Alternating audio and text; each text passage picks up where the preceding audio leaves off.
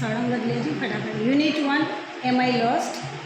તો અહીંયા આપણે જે ઘટનાક્રમમાં ગોઠવવાનું પૂછાય છે કે પહેલાં શું કરીશું, બરાબર. તો આ મોસ્ટ આઈએમપી છે ઘટનાક્રમમાં ગોઠવવા માટે. એના પછી અહીંયા તમને બે મ્યુઝિયમ એવા શબ્દો કૌંસમાં આપેલા હશે અને આવા વાક્યો આપેલા હશે તો આપણે ગોઠવવાના છે. અથવા તો તમને મેપ આપેલો હોય, મેપ ઉપરથી આપણે ટ્રુ ફોલ્સ કે ખાલી જગ્યાઓ કંઈ બી આપેલું તો પૂછાઈ શકે છે. આઈએમપી છે. અને અહીંયા આ જે ખાલી જગ્યાઓ છે એ પણ મોસ્ટ આઈએમપી છે. તો આ ખાસ તૈયાર કરીશું. આ જે ગીર નેશનલ પાર્ક છે તો એના ફકરું આપેલું હશે તો એના ઉપરથી આપણને પ્રશ્ન જવાબ પૂછાઈ શકે છે, ખાલી જગ્યાઓ પૂછાઈ શકે છે. આ પાઠ આપણે વાંચી લઈશું અને એના ઉપરથી આપણને વાક્યો ગોઠવવાના. અહીંયા જે આન્સર ધ ક્વેશ્ચન છે તો એ ફકરા ઉપરથી ફકરો આપેલો હશે.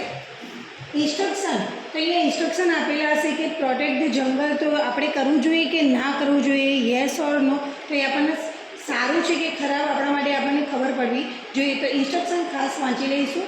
તો આપણને ગુડ કહેવાય કે બેડ કહેવાય આપણને ખબર હોવી જોઈએ. તો આ પણ મોસ્ટ આઈએમપી ખાસ પૂછાઈ શકે છે.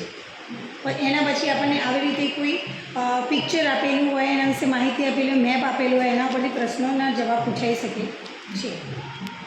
Unit 2 step by step.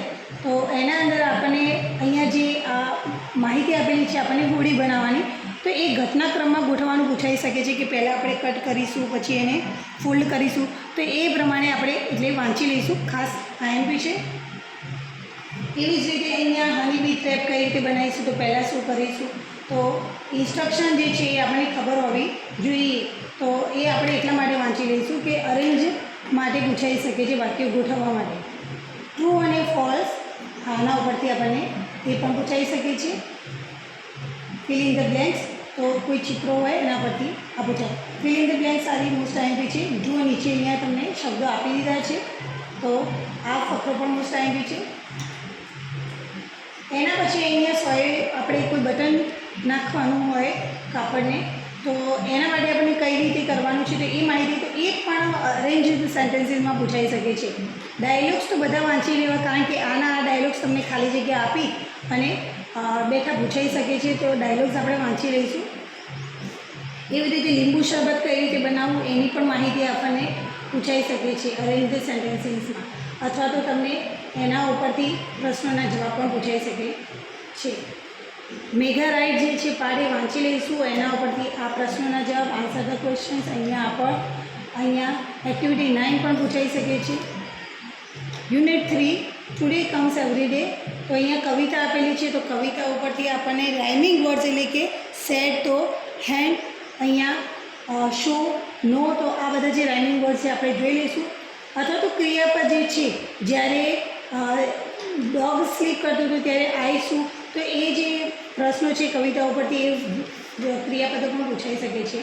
Dialogues તો વાંચી લઈશું આપણે હંમેશા બધા. અચ્છા, રેગ્યુલર હેબિટ ડેલી, તો એ પૂછાઈ શકે છે. બહુ ઇઝી છે કે આપણે આ કામ રેગ્યુલર કરીએ છીએ કે ડેલી કરીએ છીએ કે આપણી હેબિટ છે, તો એ આપણે જોઈ લઈશું. અહીંયા માય ફ્રેન્ડ વિશેનો નિબંધ પણ તમને પૂછાઈ શકે છે આના ઉપરથી. આ બંને ફકરા છે એના ઉપરથી પ્રશ્નોના જવાબ પૂછાઈ શકે છે. શંકર ઓફ શિવ, તો એ પાઠનું આપણે વાંચન કરીશું. વાક્યો ઘટનાક્રમમાં ગોઠવવાનું પૂછાઈ શકે છે. અહીંયા ટ્રુ અને ફોલ્સ એ પણ એના પરથી પૂછાઈ શકે છે.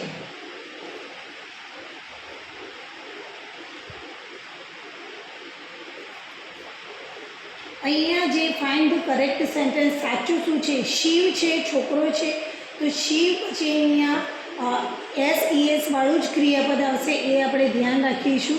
અહીંયા શિવ પછી ઇઝ આવશે નહીં અથવા તો ગેટ આવશે નહીં. શંકર છે તો શંકર પછી અહીંયા ડઝ નોટ છે તો ડઝ નોટ, અને અહીંયા ઇઝ નોટ. તો અહીંયા ડઝ આપેલું છે અને ટેક્સ પણ આપેલું છે. તો ક્રિયાપદને જો ડઝ આપેલું હોય તો ઇઝ લાગે નહીં, તો ડઝ હોય તો પછી ટેક આવે. તો આ રીતે આપણે વાક્યને કરેક્ટ કરવાનું. મોસ્ટ આઈએમપી છે જે 7મામાં લગભગ 10 થી 15 માર્ક્સનું આ જે ક્રિયાપદોનું જે છે પૂછાઈ શકે છે. તો આ મોસ્ટ આઈએમપી આપણે ધ્યાન રાખીશું.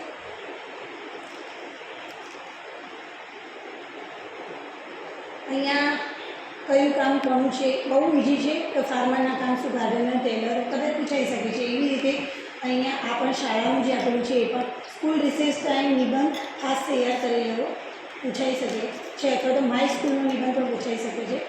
યુનિટ 4 અહીંયા આપણે જોઈ લઈએ. એક્ટિવિટી 1 છે, ડાયલોગ્સ આપેલા છે, એના પરથી આપણે પ્રશ્નોના જવાબ જુઓ, બધા જ તૈયાર કરી લેવા ખાસ. એક્ટિવિટી 3 આપણે જે છે એ વાંચી લઈશું. મોસ્ટ આઈએમપી ક્રિયાપદ, અહીંયા ક્રિયાપદ પરથી પ્રશ્નો બનાવવાના, યસ નોમાં આન્સર આપવાના, બહુ જ મોસ્ટ આઈએમપી છે, ખાસ તૈયાર કરવું. બરાબર. અહીંયા તમને એક લેટર આપેલું છે જે આડાવડો થઈ ગયો છે એને ગોઠવવાનું છે, તો તમને લેટર પૂછાઈ શકે છે કે રીડ ધ અરેન્જ, એટલે પહેલું શું આવશે તો લેટર, પત્ર પૂછાઈ શકે છે. આ જોડકું પૂછાયેલું છે અને મોસ્ટ આઈએમપી જે પૂછાશે જ. અહીંયા આ જે ડાયલોગ્સ છે વાંચી લેવા, તો એમાં જે ખાલી જગ્યા પૂછાઈ શકે છે.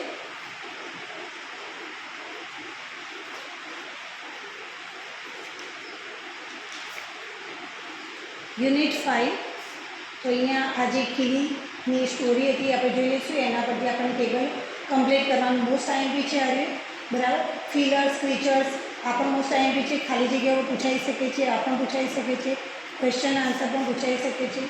વેર, હું, વેન ક્યારે આવશે એ પણ ખાલી જગ્યાઓ મોસ્ટ આઈએમપી છે. અહીંયા WH ક્વેશ્ચન્સ મોસ્ટ આઈએમપી છે, આપણે ખાસ જોઈ લઈશું. એક્ટિવિટી 6 પણ મોસ્ટ આઈએમપી છે.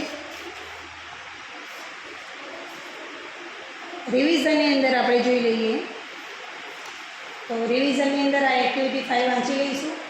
યસ્ટરડે અને ટુમોરો વાળા વાક્યો. ટુમોરો એટલે અહીંયા ભવિષ્યકાળ, યસ્ટરડે એટલે ગઈકાલ, તો બંને વાક્યો અલગ કરવાનું આપણને પૂછાઈ શકે છે. આ બધા જ જે આપણને આપેલા છે એડવર્ટાઇઝમેન્ટ એ ખાસ જોઈ લઈશું, કે આઈએમપી છે. ડાયલોગ પણ વાંચી લઈશું.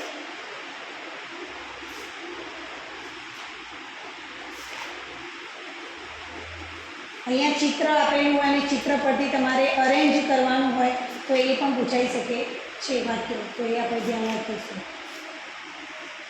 બાકી અહીંયા આપણને જે એક્સ્ટ્રા આપેલું છે વાક્યો, તો એ બધા આપણે જોઈ લઈશું. અહીંયા જુઓ તમે, ડિફરન્ટ મિનિંગ એટલે જુદો પડતો શબ્દ મોસ્ટ આઈએમપી છે, પૂછાઈ શકે છે. પેઇન્ટ, ટચ, કલર અને વ્હાઇટ વોશ, તો આમાંથી શું અલગ પડે છે, તો એ આપણે અલગ પડતા શબ્દો એ પૂછાઈ શકે છે, તે ખાસ ધ્યાન રાખીશું.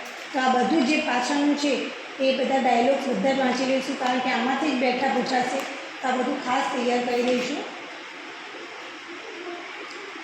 ઓકે.